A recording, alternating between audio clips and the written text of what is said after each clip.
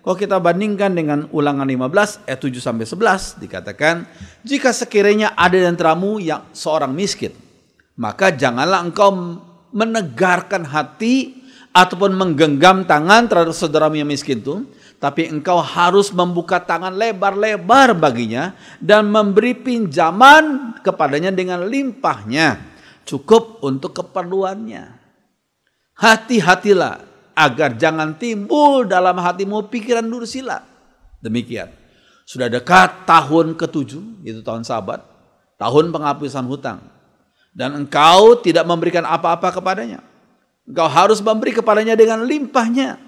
Haruslah engkau membuka tangan lebar-lebar bagi saudaramu yang tertindas dan yang miskin di negerimu. Kenapa, saudara sekalian? Karena saudara sekalian, kalau kita mempelajari kitab Imamat, ya, di situ ada tahun Sabat bagi orang-orang Yahudi, orang-orang Israel, ya. Katakan, berilah pinjaman walaupun sudah dekat dengan tahun Sabat. Karena kalau sudah tahun Sabat, maka perintahnya adalah semua hutang harus dihapuskan. Walaupun dia berhutang berapa, ya sudah, kamu yang menghutangi harus merelakan hatimu untuk dia hapuskan. Ya, walaupun dia belum membayar atau membayar sedikit, hapuskan. Karena itu tahun Sabat. Terus sekalian, jadi orang-orang tertentu pikir, aduh ini sebentar lagi tahun Sabat, dia mau pinjam, ya udah aku tahan diri, jangan meminjam karena sebentar lagi tahun Sabat kok. Aku harus hapuskan hutangnya dia. Maka sebagian orang yang kikir tuh nggak mau meminjam, menolong orang yang sedang bermasalah, yang sedang kesulitan itu. Terus sekalian firman Tuhan berkata, jangan lakukan demikian. Biarlah kamu bersikap baik hati, ya, bermurah hati kepada orang yang membutuhkannya. Ya, sekalian, namun kalau kita perhatikan, firman Tuhan juga berkata, jangan kamu malas. Jangan kamu tidak mau berusaha. Belajar dari semut. Ya, jangan kamu malas. Lihat Amsal 6 ayat 6. Semut itu terus rajin. Ya, rajin. Berusaha bekerja. Kita pun harus seperti itu. Harus seperti semut itu yang rajin. Sekalian, nah kita harus ingat hutang harus dibayar. Dikatakan dalam Mazmur 37 ayat 21. Orang fasik meminjam dan tidak membayar kembali. Tapi orang benar adalah pengasih dan pemurah. Kalau kita berhutang pada orang lain, kita coba berusaha untuk membayarnya. Ya, jangan kita menahan diri, kita pura-pura lupa. Ya, itu sikap yang tidak baik. Ya, orang fasik meminjam dan tidak membayar kembali. Tetapi orang benar adalah pengasih dan pemurah. Kalau saudara mau disebut sebagai orang benar, ikutilah firman Tuhan. Biarlah bersikap pengasih dan pemurah. Itu firman Tuhan. Ya, saudara sekalian. Nah, kalau kita lihat selanjutnya. Dampak meminjam itu apa? Amsal 22 ayat 7. Orang kaya menguasai orang miskin, yang berhutang menjadi budak dari yang mengutangi. Jadi maksudnya adalah apa? Maksudnya adalah kita harus berbijak mengatur keuangan kita, mengatur ekonomi kita, mengatur properti kita. Kita harus dengan bijak, ya, jangan sembrono, ya. Ini suatu sikap yang bagus, ya. Nah, kalau kita perhatikan juga kita harus hati-hati, jangan jadi penanggung hutang orang lain. Kalau suami atau anak atau istri atau orang tua, saudara, teman, pacar, mereka berhutang, sudah diminta untuk menjadi penanggung hutang, itu firman Tuhan berkata, Amsal 22 ayat 6, ayat 26 dikatakan, jangan jadi penanggung hutang orang lain. Kalian janganlah berjanji untuk menanggung hutang orang lain. Bukan berarti kita nggak mau tolong. Kita harus menolong. Ya, kita sebisa mungkin menolong. Tapi jangan jadi penanggung hutang orang lain. Ya, kalau kita mau tolong, tolonglah. Jangan jadi penanggung hutang orang lain. Terus kalian, kenapa demikian? Karena kita nggak tahu yang kita tanggung hutang itu orangnya mungkin waktu lalu jujur, tapi mungkin ini kali dia motivasi nggak benar, ya. Sehingga firman Tuhan kita harus berbijaksana. Jangan berjanji untuk menanggung hutang orang lain. Kalau mau tolong, tolonglah. Ya, saudara sekalian, ini suatu hal yang penting. Ya. Kemudian yang berikutnya, bagian yang terakhir ini adalah beberapa prinsip dalam hal memberi. Ya. Yang pertama, memberi adalah perintah Tuhan yang tidak boleh diabaikan. Ya. Kalau kita memberi, kita ingat akan teladan Tuhan yang memberikan sinar matahari bagi orang yang baik maupun orang yang jahat. Yang memberikan hujan bagi orang yang baik maupun jahat. Ya, memberi adalah perintah Tuhan yang tidak boleh diabaikan. Ya, kemudian dikatakan berilah kepada orang yang patut diberi. Amsal 3:27. Patut diberi. Maksudnya apa? Ya, dikatakan janganlah menahan kebaikan daripada orang-orang yang berhak menerimanya. Ya, jangan menahan kebaikan kepada orang yang berhak menerimanya. Padahal engkau mampu melakukannya. Jangan kau tahan kebaikan daripada orang-orang yang berhak menerimanya. Sekalian, siapakah yang patut ditolong? Pertanyaannya gitu ya. Siapakah orang yang berhak untuk menerima pertolongan kita? Ya. Orang yang berhak untuk menerima pertolongan kita adalah orang yang mau berusaha, enggak malas, yang mau berusaha dan tidak malas. Ini penting sekali, ya. Memberi kepada orang yang tidak mau berusaha, hasilnya akan sia-sia saja. Bahkan malah tambah memanjakannya. Ya. Jadi orang yang malas, kita perlu disiplin orang itu.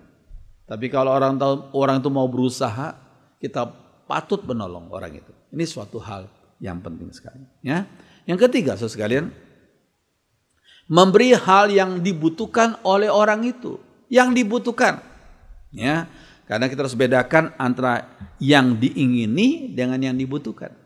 Yang dibutuhkan yang harus kita utamakan, bukan yang diingini. Saudara sekalian, seringkali kita memberi untuk kepentingan dan kesenangan kita sendiri. Supaya kita dianggap orang hebat gitu ya.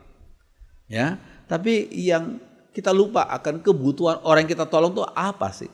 Ya, seringkali kita memberi untuk kepentingan dan kesenangan kita sendiri. Padahal hal itu tidak cocok dan tidak dibutuhkannya.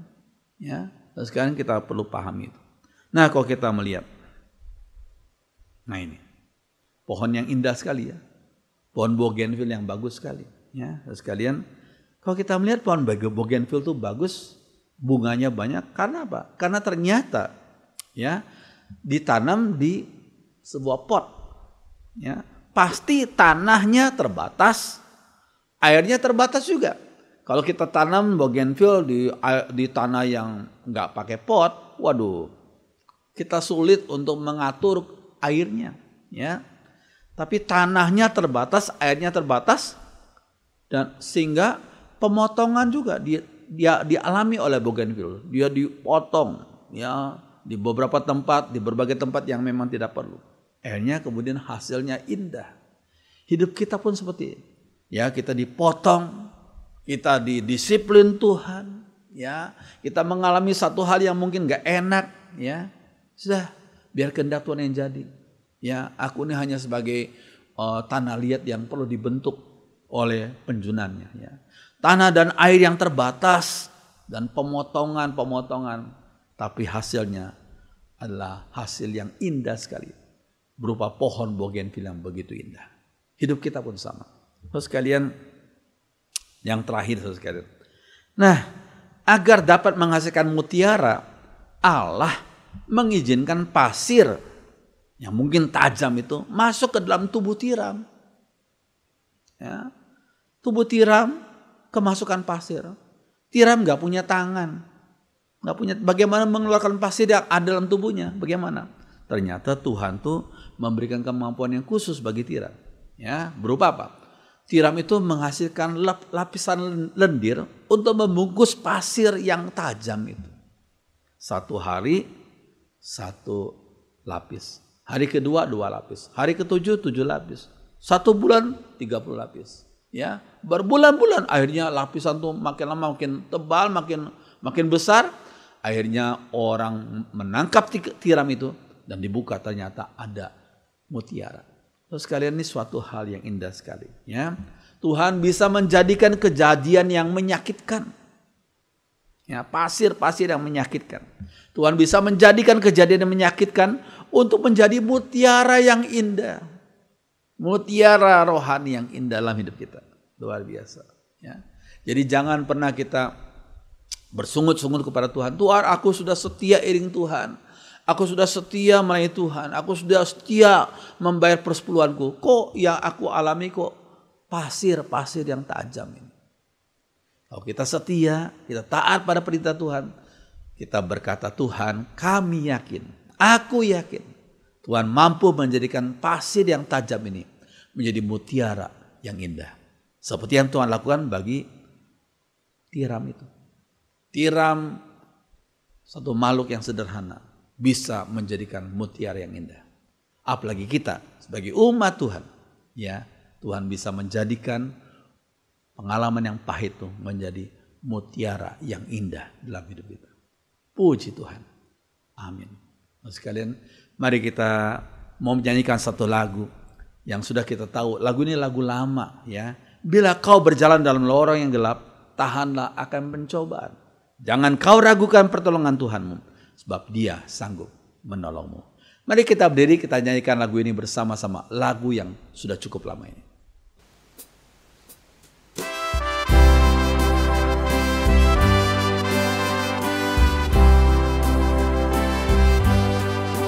Bila kau berjalan dalam lorong yang gelap, tahanlah akan pencobaan.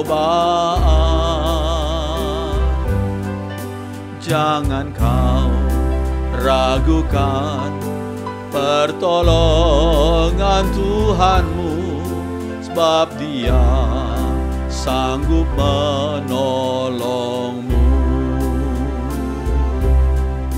Hanya pencobaan yang lazim sudah berlaku atas kamu. Tuhan akan memberikan jalan kelepasan agar kau cakap menahannya.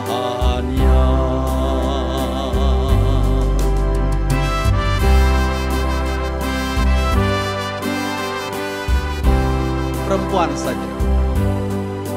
Bila kau berjalan dalam lorong yang gelap, tahanlah akan pencobaan.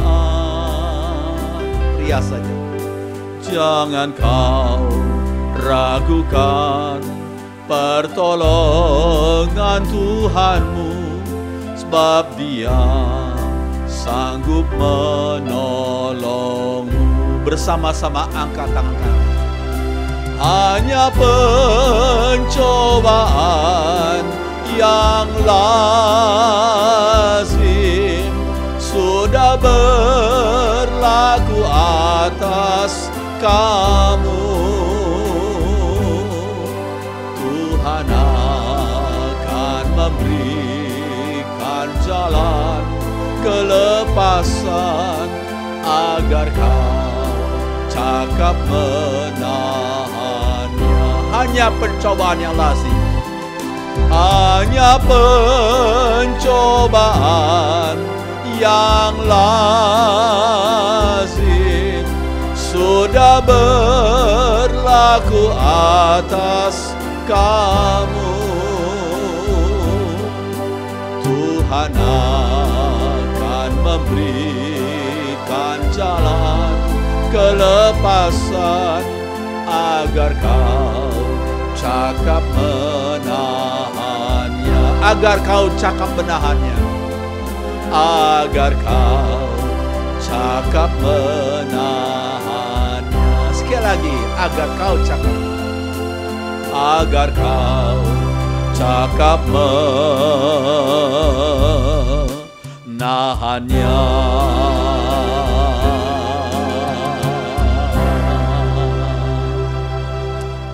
Kami bersyukur kepada Tuhan. Kami bersyukur untuk Roh Kudus yang ada dalam hati kami sebagai umat-Mu Tuhan. Kami dikuatkan menghadapi tantangan. Kami diteguhkan hati kami, iman kami. Karena waktu kami menghadapi berbagai macam pencobaan. Oh Tuhan, terima kasih. Kami mau tetap tangguh bersama dengan Roh Kudus. Kami mau tetap tidak mau tinggalkan Kau ya Tuhan. Kami mau tetap tangguh iman kami kepada Tuhan. Terima kasih dan terima kasih untuk semua tantangan, untuk segala pengalaman yang pahit sekalipun, kami mau tetap tangguh menghadapinya bersama dengan Tuhan. Terima kasih, terima kasih. Dengarkan doa kami Tuhan, dalam nama Tuhan Yesus. Semua orang beriman mengatakan, amin. Silakan duduk.